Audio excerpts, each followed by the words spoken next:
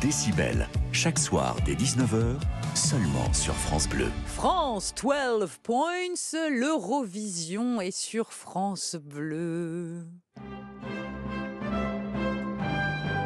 C'est dans un mois. Est-ce que vous êtes prêts? Est-ce que vous savez comment vous allez vous habiller? Et qu'est-ce que vous allez manger? Puisque c'est un plateau télé assez emblématique de notre année télévisuelle. L'Eurovision, on en parle avec le journaliste Fabien Randane. Bonsoir. Bonsoir Émilie. Bienvenue, vous êtes journaliste, donc Fabien, je le disais, pour le quotidien 20 minutes. On vous lit aussi évidemment sur 20minutes.fr. Et vous êtes, à ma connaissance, et Dieu sait que j'en ai lu, le meilleur spécialiste de l'Eurovision dans ce beau pays qu'est la France, qui n'a pas gagné suffisamment souvent, mais on y reviendra. Et alors, vous êtes pourtant bien jeune et bien cool. Ce qui veut dire que l'Eurovision n'est pas quelque chose de ringard. Non, l'Eurovision, c'est pas ringard. Il faut Non. s'y intéresser, il faut se pencher dessus, il Mais faut oui. regarder. Et puis, une fois qu'on a regardé, on se pique, on se prend Ouais. au jeu, quoi. Exactement. Et nous, on s'est pris au jeu, puisque ça fait plusieurs années, vous le savez, que France Bleu est partenaire de l'Eurovision, qu'on se passionne pour cette compétition internationale. Donc là, c'est la 68e édition du concours. La finale, c'est dans un mois, le 11 mai, à Malmö, en Suède. Et la France a gagné l'Eurovision pour la dernière fois, en 1977.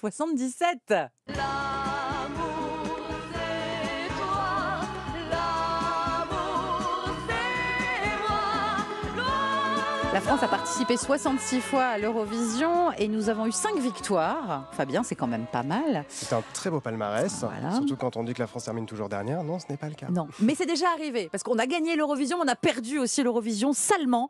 France, 2 points, oui, en tout. On n'avait eu que 2 points cette année-là. C'était il y a 10 ans, en 2014.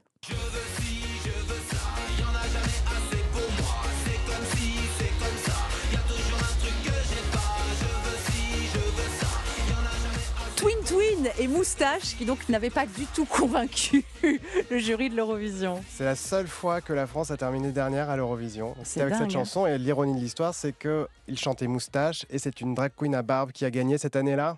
Conchita Wurst. Conchita Wurst, Ah oui, c'était une question de pilosité. Voilà, C'est la ça. barbe l'a emporté sur la moustache. C'était l'année. Alors, nous, on parle de l'Eurovision autour du mois de mai, parce que c'est la finale, et on en parle aussi au moment où, chaque année, on découvre le candidat qui va représenter la France. Cette année, c'est Slimane. Cette chanson tout en puissance qui s'appelle Mon Amour.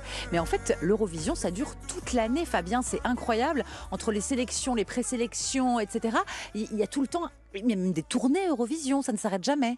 Oui, il peut y avoir toujours quelque chose. On va dire ça se calme au moment de l'été, mais Ouais. entre l'annonce de la ville organisatrice, puis après les premières sélections qui commencent à arriver en décembre, et puis très vite le concours. Là, il y a eu le week-end dernier un concert à Londres, un autre à Barcelone. Slimane sera ce samedi à Amsterdam. Ouais. J'y serai aussi, Ah, trop où bien. il y aura plus d'une trentaine d'artistes. Ouais. Donc c'est quasiment, ça peut être quasiment toute l'année l'Eurovision. Oui. Et nous, donc on parle de la finale, parce que pour nous, l'Eurovision, c'est ça, mais en réalité, le concours commence plus tôt, et il y a des quarts de finale, des demi-finales, etc. Il y a juste des demi-finales. Demi-finale, et c'est possible, par exemple, que nous, la France, pays de la chanson et de la grande musique, on se casse la figure en demi-finale et qu'on n'aille pas en finale? Ah non, on est Ah. qualifié d'office. Pourquoi on a payé? Et c'est un petit peu ça, Ouais. puisque la France fait partie du Big Five, donc c'est-à-dire qu'il y a France, Italie, Espagne, Royaume-Uni et Allemagne. Ce sont les 5 plus gros contributeurs financiers du concours, et donc ils donnent une enveloppe un petit peu plus grande qui permet aussi à des pays qui ont moins de moyens Ouais. de piocher dedans pour pouvoir utiliser de la pyrotechnie, etc. Et donc l'arrangement, c'est ok, on vous aide financièrement, mais On est qualifié Voilà, on est d'office. qualifié pour la finale. On veut nos audiences sur nos chaînes respectives. Alors, j'ai pu suivre sur votre compte Twitter beaucoup d'événements autour de l'Eurovision, parce qu'en fait, chaque pays ne choisit pas son candidat de la même manière. En France, c'est une décision, alors sans aucun jugement de ma part, mais parfaitement arbitraire, c'est-à-dire il y a quelqu'un qui décide, cette année c'est Slimane. On avait d'autres années essayé de faire des concours télévisés, etc.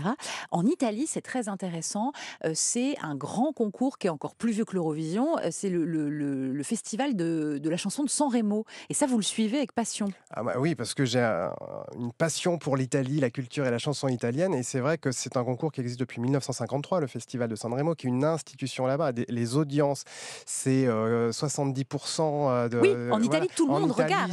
Ouais. c'est entre 11 et 14 millions parfois de Waouh. téléspectateurs chaque soir, puisque c'est du mardi au samedi donc en février. Et c'est ce concours-là qui a inspiré le concours Eurovision lui-même. Et effectivement, depuis quelques années, depuis le retour de l'Italie dans la compétition, le gagnant de Sanremo se voit offrir la priorité pour aller à l'Eurovision, mais il peut refuser. D'accord. Alors, il y a des polémiques qui peuvent arriver. On dit oui, c'est politique. La France, par exemple, systématiquement depuis 74, donne tous ses points au Portugal, à l'Italie, à Israël. Et la France reçoit des points de la Belgique et de la Suisse. Il y a des tractations, etc. Est-ce que vous pensez que c'est très politique, l'Eurovision? Dans les années 80, on parlait aussi du patinage artistique comme ça, où c'était très politique, les points, les juges. Alors, l'Eurovision reflète la géopolitique Oui. et on va dire les liens entre les pays. Il y a des choses qui peuvent s'expliquer de manière historique, culturelle, sociétale, etc.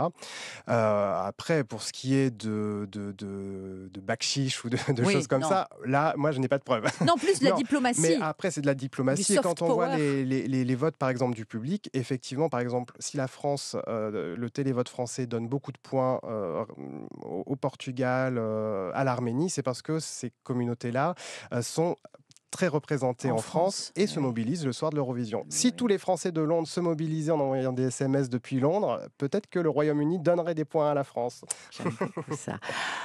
On va parler de l'Eurovision et selon vous, Fabien, j'ai envie de savoir la formule magique pour le remporter cette année concours, parce que depuis 1977, quand même, il va falloir s'y mettre. Mais je propose qu'on écoute la chanson de Slimane, qui représente la France cette année. Ça s'appelle Mon amour. Juste rapidement, vous y croyez à cette chanson, vous? Je crois que la France a une carte à jouer cette année et je vois bien une place dans le top 5.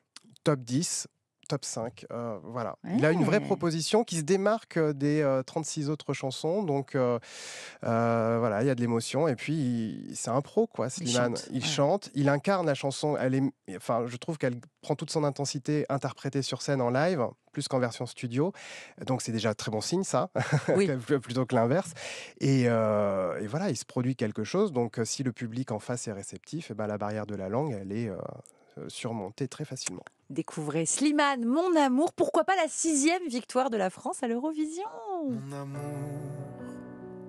dis-moi à quoi tu penses, si tout ça a un sens. Désolé si je te dérange. Mon amour, te souviens-tu de nous, du premier rendez-vous? C'était beau, c'était fou. Je t'aime, je sais pas pourquoi. Je rejoue la scène, mais c'est toujours la même fin qui recommence. Tu n'entends pas ma peine. On en fait quoi? Est-ce que tu m'aimes ou pas? Mon amour, je ferai tout ce que je peux. Un océan dans le feu, l'impossible si tu le veux. Oh mon amour, allez reviens à Paris. Fais-le pour nous, je t'en supplie. Je le promets, j'ai compris. Je t'aime, je sais pas pourquoi. Je joue la scène, mais c'est toujours la même fin qui recommence. Tu n'entends pas ma peine. On en fait quoi? Est-ce que tu m'aimes ou pas? Dis-moi l'endroit, je t'attendrai. Et si tu ne viens pas, je t'attendrai. C'est bête, je sais, je le ferai. Rempli d'espoir, je t'attendrai.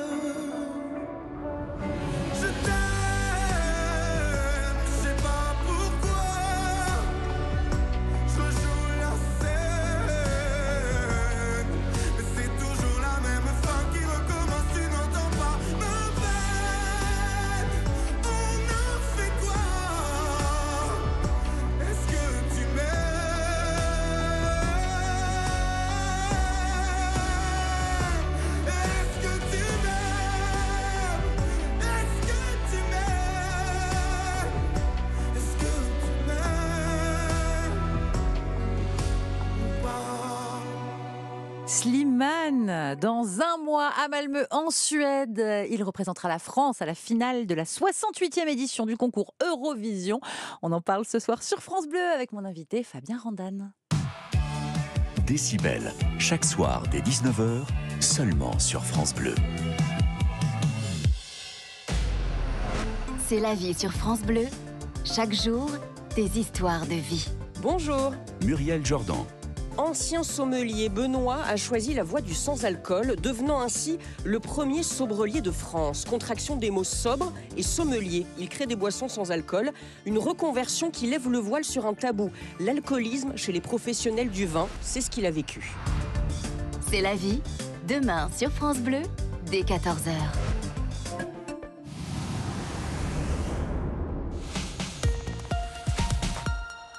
Mettons un coup de projecteur sur les pros avec Cerise de Groupama. Mais vous n'êtes pas sur le chantier, Arnaud? Ah non, Cerise, je suis dans les papiers d'assurance. C'est un autre métier que d'être couvreur, hein, et je suis perdu avec tous ces documents. Chez Groupama, c'est un conseiller unique qui est votre interlocuteur. Il gère pour vous vos contrats pro et perso, avec une vision d'ensemble de votre situation. Ah, ça va m'aider, Cerise. Groupama, la vraie vie s'assure ici. Plus d'infos sur groupamapro.fr. Quand vous écoutez France Bleu, vous n'êtes pas n'importe où. Vous êtes chez vous. France Bleu, au cœur de nos régions, de nos villes, de nos villages. France Bleu, ici, on parle d'ici. Toute l'actu musicale est sur France Bleu, dans Décibel. Émilie Mazoyer.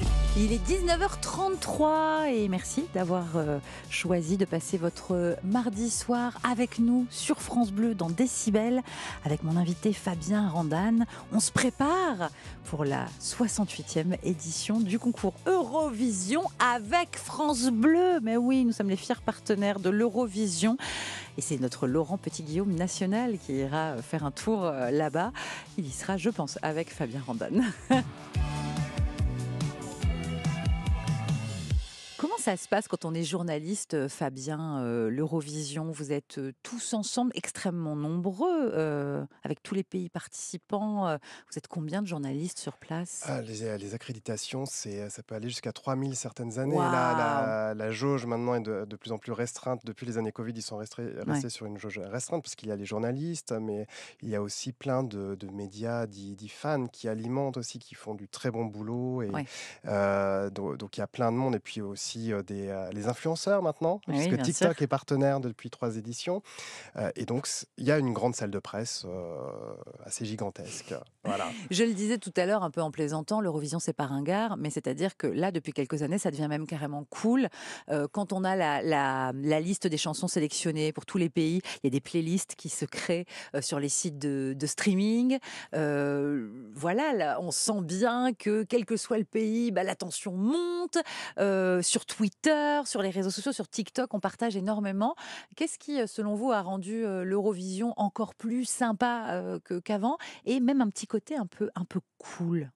Je pense que depuis une dizaine d'années, la production du show a changé. Il y a quelque chose qui est peut-être plus moderne. Moins kermesse. Qui fait moins kermesse, avec vraiment du suspense, et puis avec certaines années dans la présentation des stars. Hein. On a eu Mika, Laura Pausini, Graham Norton. Enfin, il y a tout ça. Il y a le fait aussi que les gagnants, les chansons gagnantes, ou même des chansons qui n'ont pas gagné, mais ont eu un succès ensuite après coup. Là, c'est le cas de Tattoo qui a gagné l'année dernière et qui a été la chanson la plus diffusée en radio en France. C'est fou. Hein. Le groupe Maneskin, un groupe italien qui fait numéro 1 avec un album de rock. Et qui joue à Bercy. En France, qui joue à Bercy, qui fait les premières parties des Rolling Stones. Bon, là, on se dit que oui, à l'Eurovision, c'est pas des chanteurs qu'on écoute qu'à l'Eurovision. Quoi. Dans les années 50 et 60, dans les débuts de l'Eurovision, il y avait de très belles chansons qui sont devenues cultes.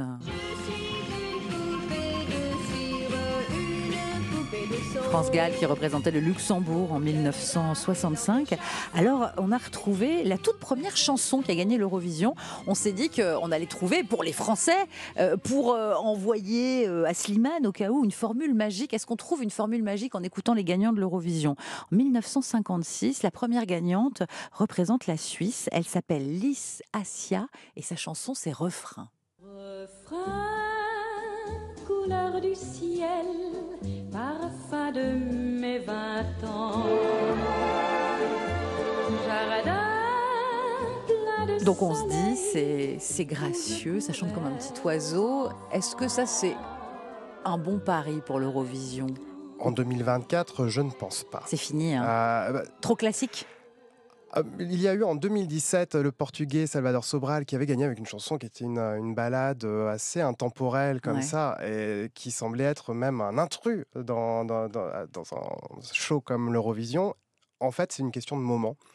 Parce que la recette, moi si j'avais une recette pour faire la chanson qui gagne à l'Eurovision, je la vendrais très cher d'abord. Et je pense qu'il faut surtout de la spontanéité, de l'authenticité, et que la chanson, que l'interprète, que le chanteur vive profondément, veuille diffuser le message de sa chanson. C'est ça, je pense que c'est vraiment ça, et il faut que ça rencontre, on va dire, l'état d'esprit européen, qui est quelque chose, une sorte d'élan, peut-être inconscient. Certaines années, ça va être on soutient l'Ukraine, on veut faire, quand on vote pour Conchita Wurst, il y a un côté super manifeste, fort. Oui, voilà, c'est on vote aussi pour le personnage au-delà de la chanson.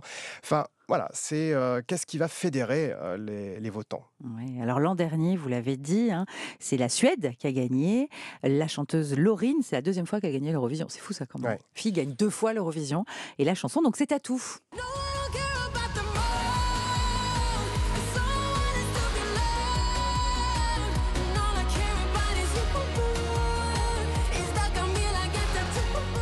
Mais bon, l'Eurovision est un concours plein de surprises. Je vous rappelle nos gagnants finlandais de 2006.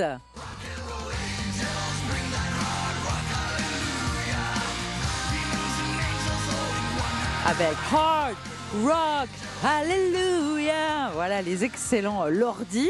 Et puis oui, vous l'avez évoqué Fabien, mais les Ukrainiens qui avaient gagné en 2022 avec cette chanson Stefania.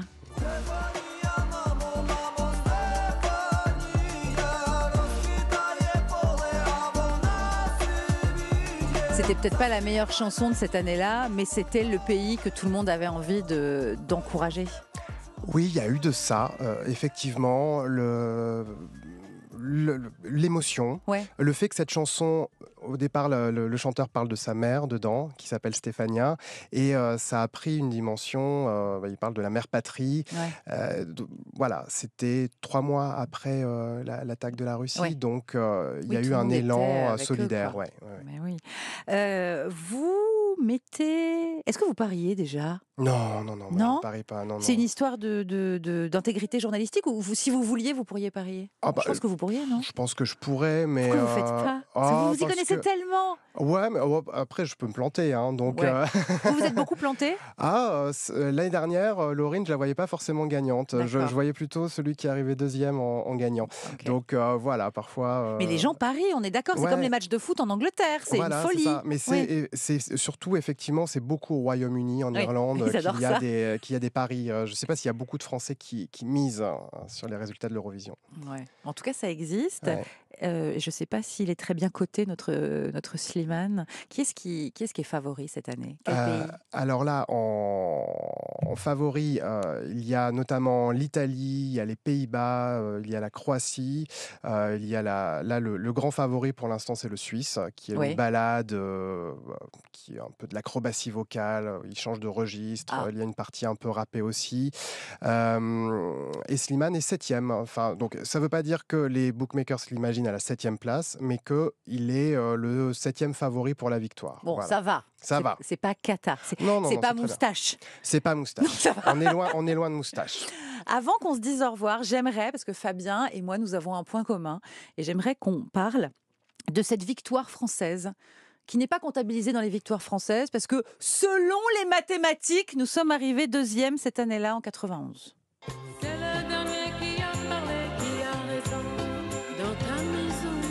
C'est le dernier qui a parlé, qui a raison de toute façon. Amina, le dernier qui a parlé, donc qui représentait la France en 91. Alors, le feuilleton est dingue, c'est-à-dire qu'on est à égalité avec la Suède, on a chacun 146 points. Donc on se dit on va se départager au nombre de 12 points, de notes parfaites.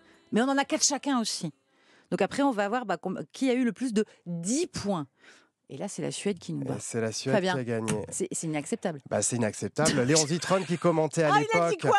Ah bah il était furax. Dans les témoignages qu'on m'a donnés de l'époque, il était vraiment furibard. Amina, elle est très contente parce qu'elle s'imaginait pas terminer aussi haut. Ouais. Et c'est vrai que si le règlement actuel s'appliquait, c'est Amina qui aurait gagné parce que elle a reçu des points de plus de pays que la Suède. Voilà. D'accord, donc aujourd'hui la règle c'est s'il y a une égalité, on voit en fait qui a eu le plus de pays. Voilà, qui a eu le plus de pays, que ça soit, même si un pays a donné un seul point, ben voilà, il compte. Et ça montre bien que les résultats peuvent être tout à fait relatifs. Il suffit tout dépend du mode de calcul, de ce qui est pris en compte ou pas. Donc voilà, une chanson gagne une année, elle pourrait perdre une autre.